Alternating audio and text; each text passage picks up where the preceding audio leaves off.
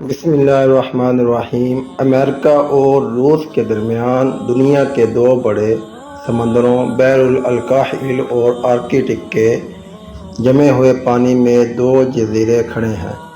انہیں ڈایامڈ جزائر کہا جاتا ہے۔ ان میں سے بائیں والا جزیرہ روس کے کنٹرول میں ہے اور دائیں والا چھوٹا جزیرہ امریکہ کا حصہ ہے۔ دونوں جزیروں میں فاصلہ صرف 3.5 کلومیٹر کا ہے، لیکن دونوں میں ٹائم کا فرق دیکھا جائے تو روس والا جزیرہ امریکہ کے جزیرے سے تقریباً 21 گھنٹے آگے ہے۔ یعنی اگر امریکہ والے جزیرے میں پیر کی دوپہر 3 بجے ہوں گے تو روس والے جزیرے میں منگل کی دوپہر کے 12 بج چکے ہوں گے۔ خدا کی قدرت دیکھیں، یعنی صرف 3.5 کلومیٹر سفر کرنے پر آپ اگلی تاریخ میں بھی جا سکتے ہیں اور پچھلی تاریخ میں واپس بھی آ سکتے ہیں۔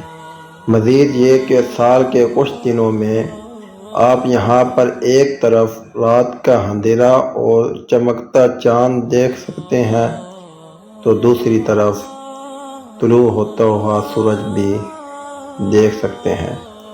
اس کے پیچھے کیا چکر ہے، اس کے لیے ہمیں میریڈین کی لائنوں کو سمجھنا ہوگا، جو زمین کے نقشے کو سمجھنے کے لیے شمال سے جنوب کی طرف خیالی طور پر بنائی جاتی ہیں۔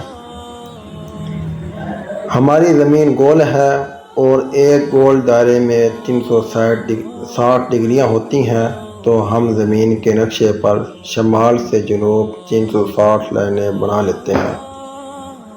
ان لائنوں میں سے ایک لائن انگلینڈ کے علاقے گرین وچ سے گزرتی ہے۔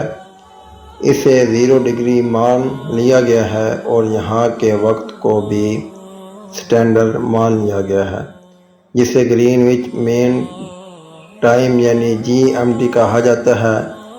اس 0 ڈگری سے مشرق کی طرف ہر 15 لائن گزرنے کے ساتھ وقت میں 1 گھنٹے کا اضافہ ہوتا جاتا ہے، یعنی مشرق کی طرف ہر 15 ڈگری کے بعد GMT +1، جبکہ مغرب کی طرف ہر 15 لائن سے 1 گھنٹہ کم ہوتا جاتا ہے، یعنی مغرب کی طرف ہر 15 ڈگری کے بعد GMT -1۔ اس طرح سے جب 180 کی ڈگری لائن آتی ہے تو وہاں مشرق اور مغرب کے وقت میں اتنا فرق پڑ جاتا ہے کہ دونوں اطراف کی تاریخ بدل جاتی ہے، اور اس 180 ڈگری کی لائن کو انٹرنیشنل ڈیٹ لائن کہا جاتا ہے، جو کہ بحر الکاہل میں سے گزرتی ہے۔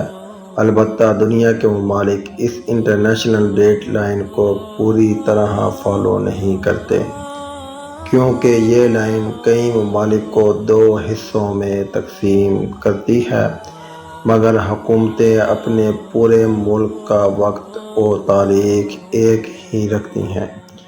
جیسے پاکستان سے تقریباً 18 لائنیں گزرتی ہیں 60 سے 73 ڈگری، لیکن ہم 75ویں لائن کے مطابق اپنا ٹائم رکھتے ہیں، جو کہ GMT سے 5 گھنٹے آگے بنتا ہے۔ شکریہ، آپ کا میزبان۔